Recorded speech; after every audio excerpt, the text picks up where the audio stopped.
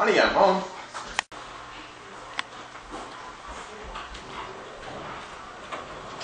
Thank you. You're welcome. Thank you. How's your day at work, Jim? It was a tough day at Dunder Mifflin. How was your day? My day was good. I cleaned, cooked, washed my soap operas, and bought some quality soap at the grocery store. That's good. How about you kids? How was your day? My day was excellent. I played kickball at recess. At recess, I jumped rope for 10 minutes and beat everyone in my class.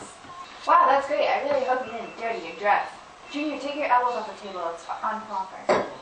Well, anyway, that sounds excellent. What did you learn at school today? I learned all about the Hungarian Revolution. Oh, how interesting. What did you learn? We learned about how the Hungarians overthrew their communist government and President Eisenhower did not step in to help as promised. Daddy, why didn't he help? Well, Junior, I personally believe that we should have definitely helped the Hungarians in their struggle against communism. But it's believed that we didn't help them because we didn't want to start an all-out war against the communists. Apparently, the United States had no intention of helping areas under Soviet control. Oh no, how many people died? 2,500 Hungarian revolutionists died, and 720 Soviet people died.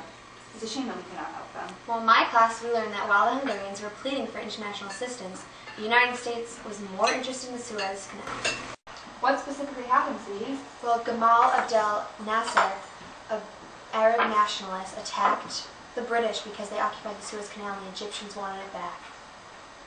Oh yes, I heard this morning on the news that Eisenhower was mad because he was unaware that the British, French, and Israelis invaded Egypt to regain control of the Suez Canal.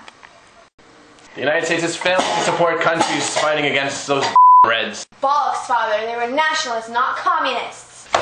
Immediately after dinner, report to your room. Great pork roast, sweetheart. Thank you, it took me all day to make. It is truly scrumptious. After dinner, you don't have to clean up, Junior, and I got it. Okay. So anyways, it seems that the relationship between the Soviet Union and the United States is pretty rocky these days. I heard my teachers at school talking about when Joseph Stalin died a few years ago, Khrushchev called for peaceful coexistence with us and denounced the brutality of Stalin in a secret address. Wow, Junior, for being in second grade, you sure know a lot about foreign relations. Yes, Junior, but the Central Intelligence Agency, or the CIA, found a copy of that speech and spread it throughout the world. It's also really interesting that Richard Nixon went to the Soviet Union and invited Khrushchev to come to the United States.